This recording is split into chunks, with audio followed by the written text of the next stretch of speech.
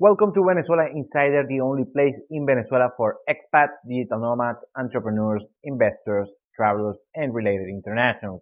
For more information, venezuelainsider.com. The progress of the rebuild in Venezuela.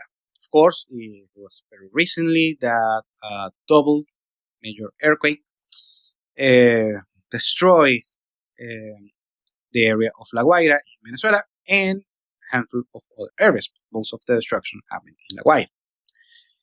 We got, of course, the death toll is huge, 5 figures. People who lost their homes, 6 figures. Yeah, and we have a bunch of missing people, missing children. Yeah, the situation is horrible. And we got several thousands of buildings destroyed, or people who lost their homes, their physical brick and mortar business. You name it, you name it, you name it. And also, we lost two major logistic hubs in the country, the main international airport that is in La Guaira, very close to Caracas, and the main shipping port that is in the country is, of course, La Guaira. We're going to address that a little bit later. And let's talk on how the rebuild is going on right now. That the silver lining is that we have two actually.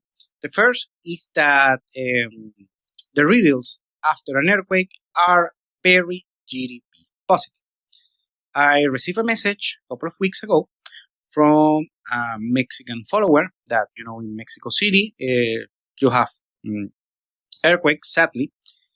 And that gentleman told me that worry right now on the humanitarian efforts, because you cannot put numbers on that. Because on the economics, don't worry about it, don't sweat it. Rebuilds are great for the economy.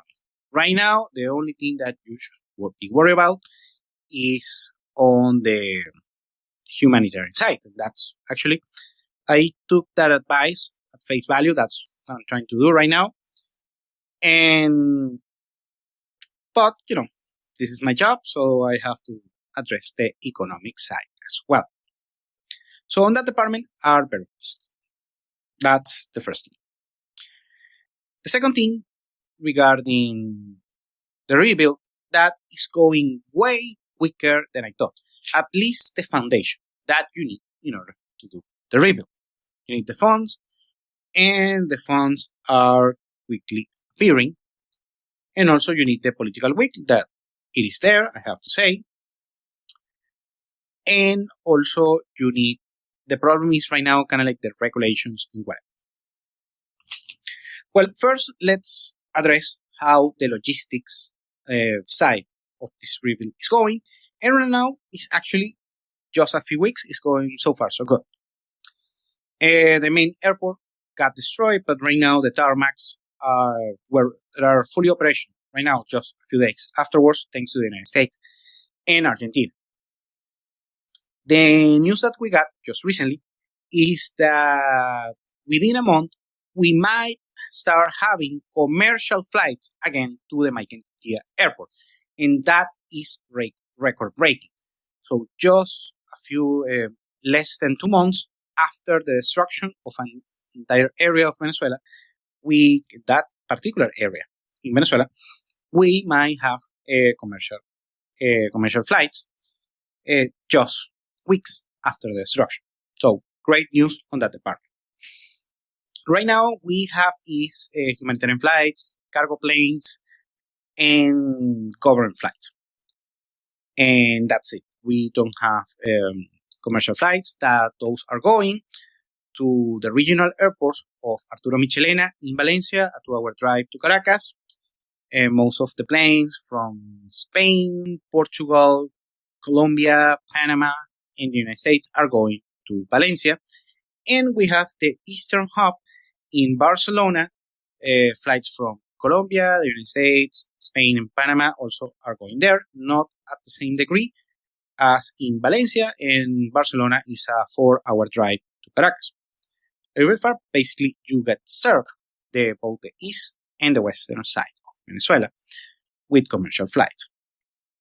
Good on that. So Also, we have to talk about that the terminals, both the domestic and international terminal of Maiquetía, the main airport in Caracas, got destroyed after the earthquake.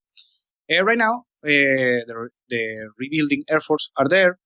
The US is helping with that. Also, apparently, Argentina and Israel are involved on that particular operation. And good news, we might have international flights by September. Of course, we're going to do the play-by-play when that happens.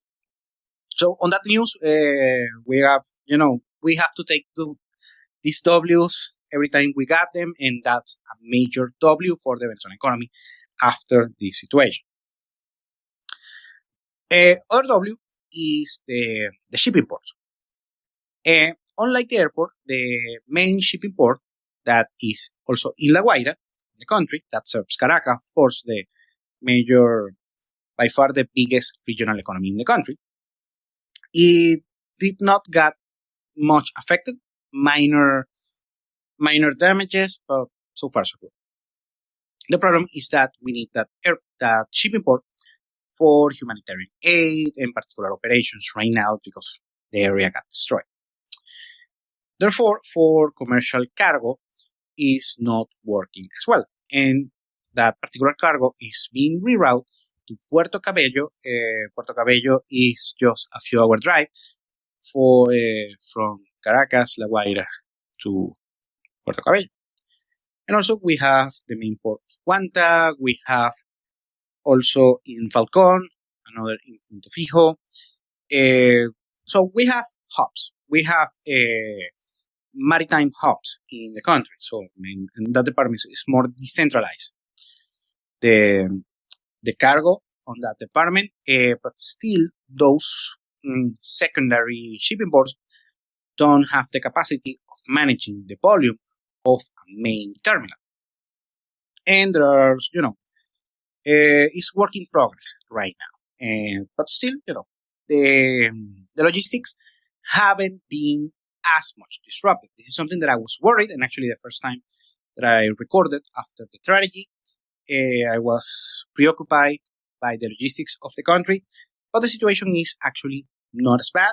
And right now, the situation is evolving very quickly on that department. So great news on that. Now, the biggest issue by far, and this is the one that I don't have that much of better news, is the humanitarian side. We lost, right now the official count is over 4,000 deceased and tens of thousands of injured and missing, and whatever, missing children. Yeah, it's horrible. But the most, right now, sadly, the rescue efforts are basically, the probabilities are slim to none to finding more survivors, sadly. And right now the efforts are going towards the humanitarian side. Like 100,000 people lost their homes, without including children that lost their parents or parents that lost their children. Yeah, it's awful just to talk about. And right now the efforts are going towards helping these people. Not only that, since we got an entire area of the country destroyed, we lost thousands of businesses, jobs. Yeah, the situation is awful. I mean, these people lost their home, their business, their jobs, family, their pets sometimes. So it's awful. These people need immediate assistance, and the efforts are going right now towards that. And eventually, they will need a house. And right now, the efforts are there, the structure. Right now, of course, we need to clean up the area. It's basically rubble at this point. And there is a special team from Israel, from the IDF, that they are experts in these things, since Israel is involved on war conflicts, and so they know how to rebuild very quickly. They have the know-how, like anyone else, in order to quickly preparing the area in order to start the rebuild. Good on that. Also, teams from Japan, they are also experts on natural disasters. Chile and Peru are helping on those efforts as well right now. And we thank those people. And of course, the funds are appearing in order to start rebuilding. We don't know if it's going to be free housing complex and whatever. Also, from the interim authorities, they are approving packages of cheap and quick mortgages. Mortgages are pretty much not existent in Venezuela, but right now we're going to have it, at least for those people that, of course, they should get it. And some stimulus packages to the affected families. So, and something that we need right now. I mean, this is not the time for, Austrian economics. We need some Cajun economics. And yeah, we're going to need that stimulus packages. So the stimmy checks for humanitarian purposes. So right now, so far so good. The process is going faster than I thought. And of course, the most important thing is that we cannot manifest infrastructure. We need to rebuild it.